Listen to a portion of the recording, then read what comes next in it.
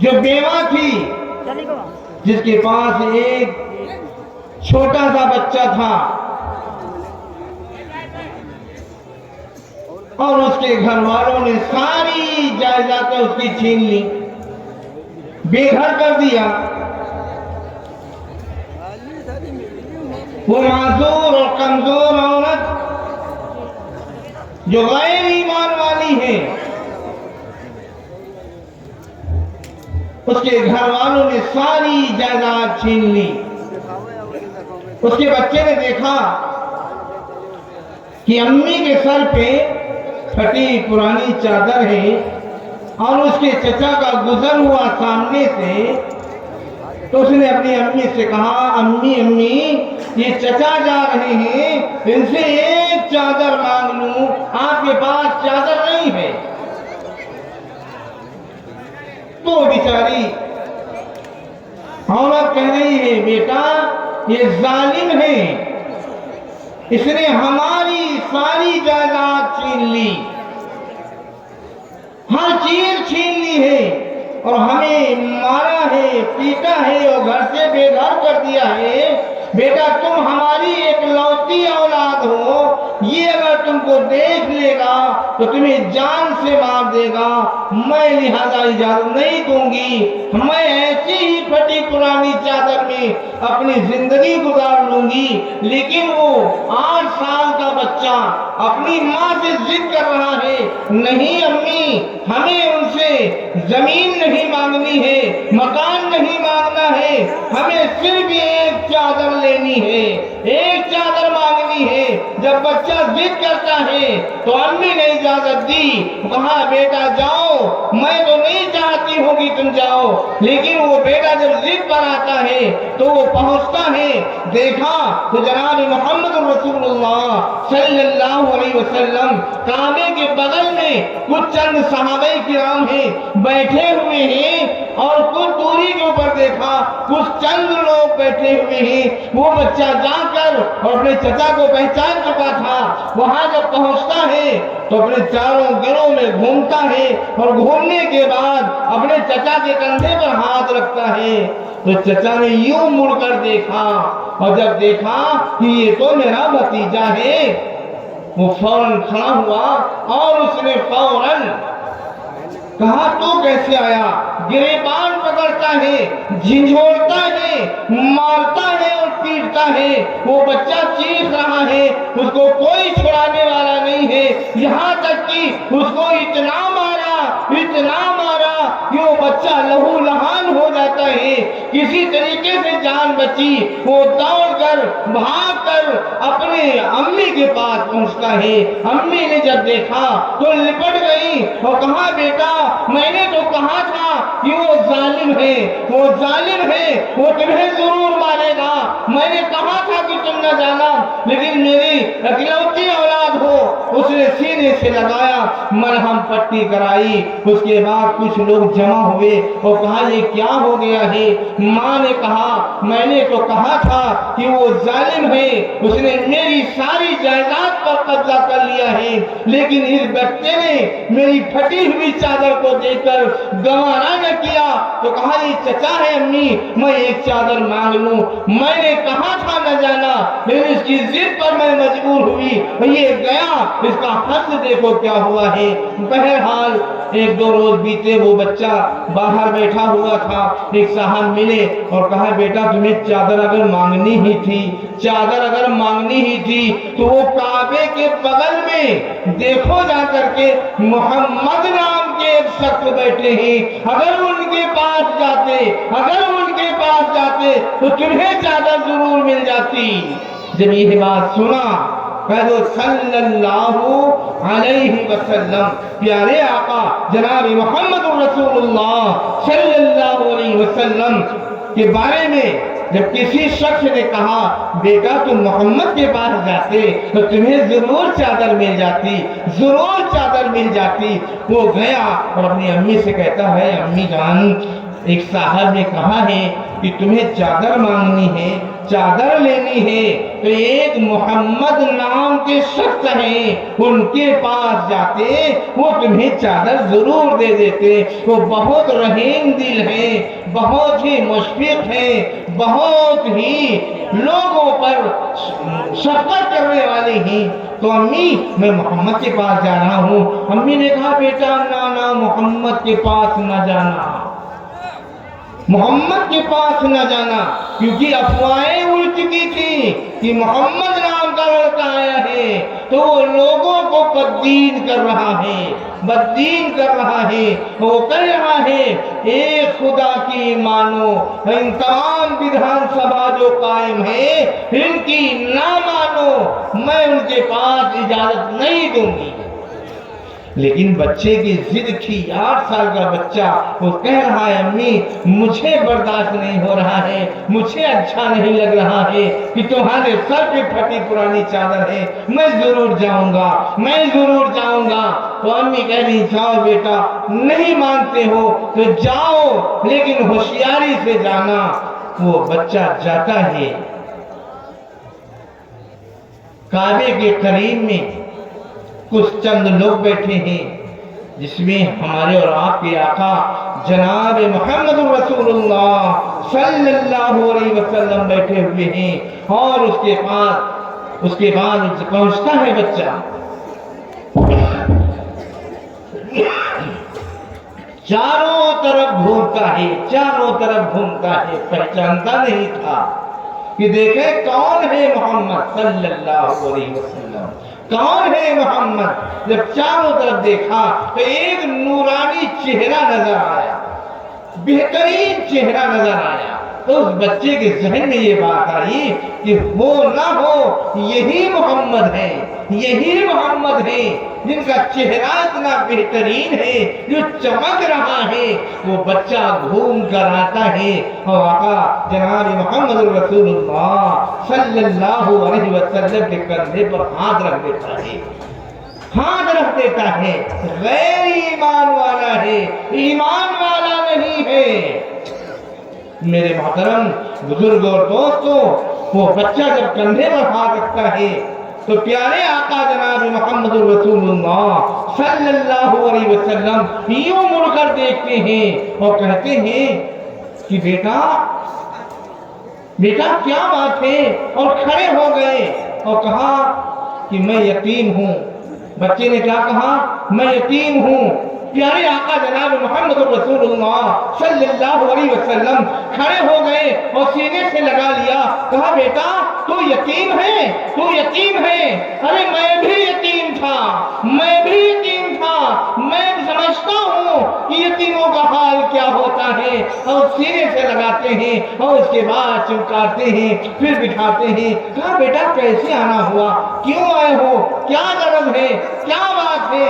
فرمایا یا رسول اللہ صلی اللہ علیہ وسلم ایک چادر مانگنے آیا ہوں، ایک چادر مانگنے آیا ہوں، میری امی کے پاس پھٹی پرانی چادر ہے، مجھے دیکھ کر غیرت آتی ہے، اس لیے میں نے سوچا کہ میں چھاؤں۔ اور ایک چادر میں کل چچا کے پاس گیا تھا، اتنا کہا پیارے آقا صلی اللہ علیہ وسلم نے اپنی چادر اٹھائی اور یوں دے دی اور کہا جاؤ اپنی امی کو دے دو جا کر کے، اور پھر ضرورت پڑے تو محمد کے پاس آ جانا۔ یہ ہے اخلاق، یہ ہمارے آپ کے آقا جناب محمد رسول اللہ صلی اللہ علیہ وسلم کی یہ اخلاق ہے۔ میرے محترم ہم انہی کے چاہنے والے ہیں، ہم انہی کے دامنگیر ہیں، ہم اس بات پر فخر کرتے ہیں کہ ہم عاشق رسول ہیں، ہم غلامان مصطفیٰ ہیں، لیکن غلامی کا ثبوت یہ ہے کہ ہمارے در پہ اگر کوئی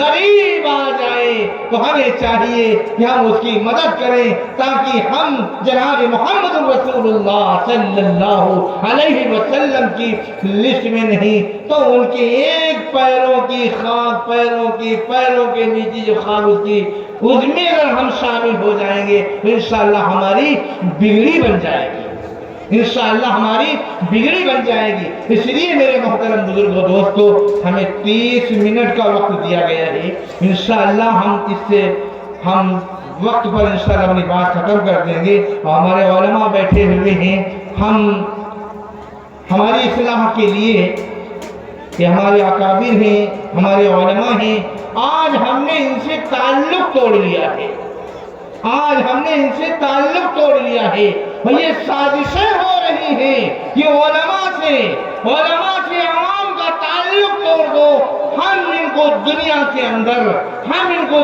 کے اندر اپنا بنا لیں گے۔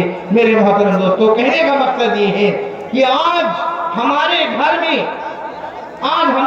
میں معاشرہ بگڑتا ہوا جا رہا ہے۔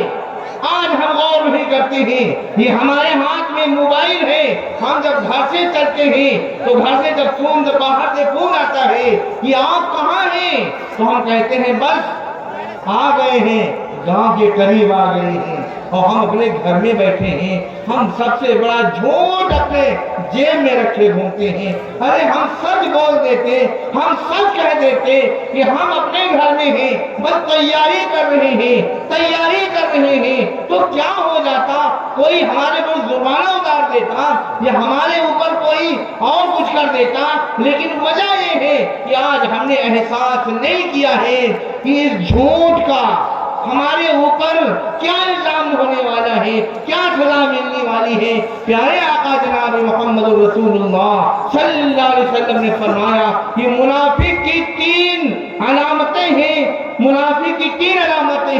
اللہ ہم سب کی حفاظت فرمائے۔ اسی لیے میرے محترم دوستو، ہمیں اچھے عمل کرنا ہے اور جناب محمد رسول اللہ صلی اللہ علیہ وسلم کے طریقے پر زندگی گزارنی ہے، تاکہ ہماری آخرت بھی بن جائے اور ہماری دنیا بھی بن جائے، ہماری آخرت بھی بن جائے اور دنیا بھی بن جائے۔ اس کے لیے ہم سب کو کوشش کرنا ہے، یہ جلسہ، یہ جلوس، یہ اجلاس جو کیے جاتے ہیں، صرف اس لیے کیے جاتے ہیں کہ ہمارے اندر جناب محمد رسول اللہ صلی اللہ علیہ وسلم کا طریقہ آ جائے۔ ایک بزرگ ہیں حضرت بہلول دانا رحمۃ اللہ علیہ، بازار میں بیٹھے ہیں، ایک صاحب کی نظر پڑی، فرمایا حضرت آپ بازار میں بیٹھے ہیں، یہاں کیا کر رہے ہو؟ فرمایا کہ میں اللہ اور اللہ کے بندوں سے صلح کرا رہا ہوں۔ اللہ اکبر! کیا فرمایا؟ میں اللہ اور اللہ کے بندوں سے صلح کرا رہا ہوں۔ تو فرمایا کیا بنی؟ کہاں بنی کیا؟ اللہ مان رہا ہے، بندے نہیں مان رہے ہیں۔ اللہ مان رہا ہے، بندے نہیں مان رہے ہیں۔ ہمارے سامنے تو مسئلہ دکان کا ہے، تجارت کا ہے، مسئلہ روٹی کا ہے، مسئلہ گھر کا ہے، لیکن ہمارے اندر دین ہے یا نہیں ہے، ہمارے بچوں میں دین ہے یا نہیں ہے، ہمیں اس کی کوئی فکر نہیں ہے، ہمیں اس کا کوئی غم نہیں ہے۔ اس کے لیے میرے محترم دوستوں سوچنا ہے اور غور فکر کرنا ہے کہ ہمارے اندر یہ اصلاح کیسے ہوگی، ہمیں اس کے اوپر غور فکر کرنا ہے۔ چند دن کے بعد وہی بزرگ دیکھا قبرستان میں بیٹھے، اسی شخص کی نظر پڑی، فرمایا حضرت آج آپ قبرستان میں بیٹھے ہیں، پھٹی ٹوٹی پرانی قبر ہے، اس کے پاس بیٹھے ہیں۔ فرمایا حضرت آپ یہاں کیوں بیٹھے ہیں؟ فرمایا میں اللہ اور اللہ کے بندوں میں صلح کرا رہا ہوں۔ تو یہاں کیا بنی؟ فرمایا یہاں کیا بنی؟ کہا بنی کیا؟ یہاں بندے مان رہے ہیں، اللہ نہیں مان رہا ہے۔ بازار میں اللہ مان رہا تھا، ہم نہیں مان رہے تھے، اور جب قبر میں پہنچے، حشر میں پہنچیں گے تو اللہ نہیں مانے گا، ہم تو مانیں گے۔ تو دوستو، اگر ہم رب چاہے زندگی دنیا میں گزاریں گے تو رب ہماری مان کے چلے گا، اگر ہم من چاہی گزاریں گے تو رب وہاں ہماری نہیں مانے گا۔ اس کے لیے ہمیں فکر کرنی ہے، اس کے لیے ہمیں کوشش کرنی ہے۔ اور میرے محترم دوستو، ہم سب اس بات کو عہد کر کے اٹھیں اور کہ انشاءاللہ جو ہمارے علماء یہاں پر بات کریں گے اس کو سن کر انشاءاللہ ان باتوں پر عمل کرنے کی کوشش کریں گے۔ عمل کرنے کی کوشش کریں گے تو انشاءاللہ ہم بھی عمل کریں، آپ بھی عمل کریں، اللہ ہم سب کو عمل کی توفیق عطا فرما دے۔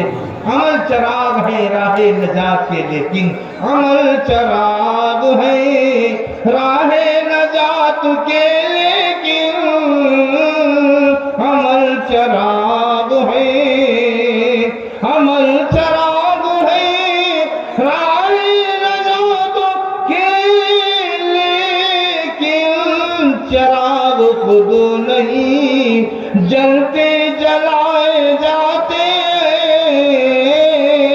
چراغ خود نہیں جلتے جلائے جاتے ہیں، چراغ خود نہیں، کہنے سے نہیں کرنے سے انشاءاللہ یہ عمل ہماری زندگی میں آ جائے گا۔ ہم کہتے رہے ہم نمازی ہیں، ہم حاجی ہیں، ہم مسجد والے ہیں، مدرسے والے ہیں، قرآن والے ہیں، کرتے کچھ نہیں ہیں۔ جب نماز پڑھیں گے تو ثواب ملے گا، قرآن پڑھیں گے ثواب ملے گا، صدقہ کریں گے ثواب ملے گا، اگر کچھ نہیں کریں گے تو کچھ نہیں ملے گا۔ اس لیے میرے محترم دوستو، عزیز ساتھیو، ہم سب کو کوشش کرنی ہے، زندگی کا کوئی بھروسہ نہیں کب ہم دنیا سے رخصت ہو جائیں، زندگی کا کوئی بھروسہ نہیں کب ہم دنیا سے رخصت ہو جائیں۔ یہ تو فرشتہ نہیں بتاتا ہے کہ بھائی فلاں صاحب تیار ہو جاؤ، ہم فلاں دن آنے والے ہیں تمہارے گھر میں۔ راجی پورہ میں خبر آ گئی تو راجی پورہ والوں نے دھورارا والوں سے فون کر دیا، اور دھورارا والوں نے کہہ دیا بھیا ہم کیا بتائیں، ہمارے یہاں تو آج ہی جانے والے ہیں، خبر آ گئی، ملک الموت صاحب آ گئے، لیکن اللہ نے اس راز کو چھپا کے رکھا، ورنہ پوری دنیا کائنات کے اندر ایک ہلچل مچی ہوتی، ہاں ایک ہلچل مچی ہوتی۔ میرے محترم دوستو، اس کے لیے ہم سب کو کوشش کرنی ہے کہ ہمارے اندر دین کیسے آ جائے، ہماری اصلاح کیسے ہو جائے، ہماری ماں بہنوں کے اندر اصلاح کیسے ہو جائے، اس کی فکر ہم سب کو کرنی ہے کہ ہمارے گھر میں ہم نے تو بیٹھ کر سن لیا، ہم نے مسجدوں کے اندر تقریریں سن لی، لیکن ہماری ماں بہنوں کی اصلاح کیسے ہوگی، اس کے لیے فکر ہمیں کرنی ہے۔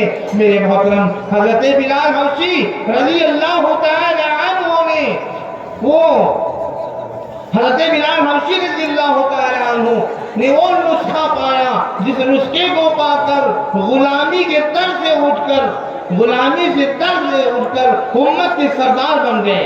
اگر آج ہم بھی اٹھنا چاہتے ہیں تو جناب محمد رسول اللہ صلی اللہ علیہ وسلم کے طریقے کو اپنانا پڑے گا۔ اللہ کے محبوب پیارے مصطفیٰ جب معراج کو گئے تو جبریل سے پوچھا، جبریل مجھ سے پہلے کوئی جنت میں آیا ہے؟ فرمایا یا رسول اللہ کوئی نہیں آیا۔ فرمایا پھر میرے آگے آگے قدموں کی آہٹ کس کی آ رہی ہے؟ فرمایا یا رسول اللہ وہ غلام ہے، وہ حبشی ہے جو چلتا فرش پر ہے اور پیروں کی آہٹ عرش پر آتی ہے، عرش پر آتی ہے۔ انہوں نے قربانی دی ہے، انہوں نے قربانی دی ہے، اس لیے میرے محترم دوستو ہمیں بھی قربانی دینی پڑے گی، دین کے لیے ہمیں بھی محنت کرنی پڑے گی انشاءاللہ۔ اللہ تعالی ہم سب کو عمل کی توفیق عطا فرمائے، اس کے لیے ہم سب کو کوشش کرنی ہے کہ اللہ تعالی ہم سب کو صحیح طریقے سے دین کی باتوں پر، جناب محمد رسول اللہ صلی اللہ علیہ وسلم کے طریقے پر عمل کرنے کی توفیق عطا فرمائے۔ ہم دو شعر کہہ کر کے بات ختم کر رہے ہیں، 5 منٹ ہمارے وقت میں باقی ہیں۔ درود پاک پڑھ لیجیے ایک مرتبہ، اللہم صلی علی سیدنا و نبینا مولانا محمد وعلی آل محمد وبارک وسلم۔ ہم جہاں سے آئے ہیں بس وہیں تو جانا ہے، ہم جہاں سے آئے ہیں بس وہیں تو جانا ہے، ہم جہاں سے آئے ہیں بس وہیں تو جانا ہے،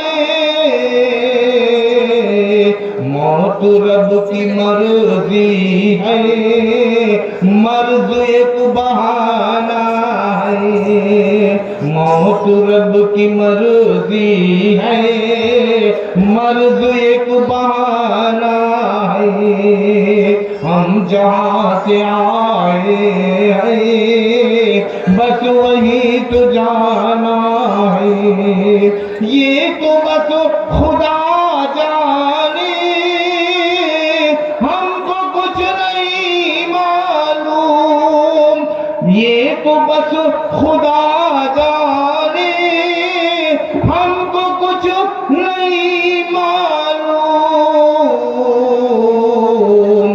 کس کو کس کے کاندھے پر کب یہاں سے جانا ہے، کس کو کس کے کاندھے پر کب یہاں سے جانا ہے، ہم جہاں سے آئے ہیں بس وہی تو جانا ہے،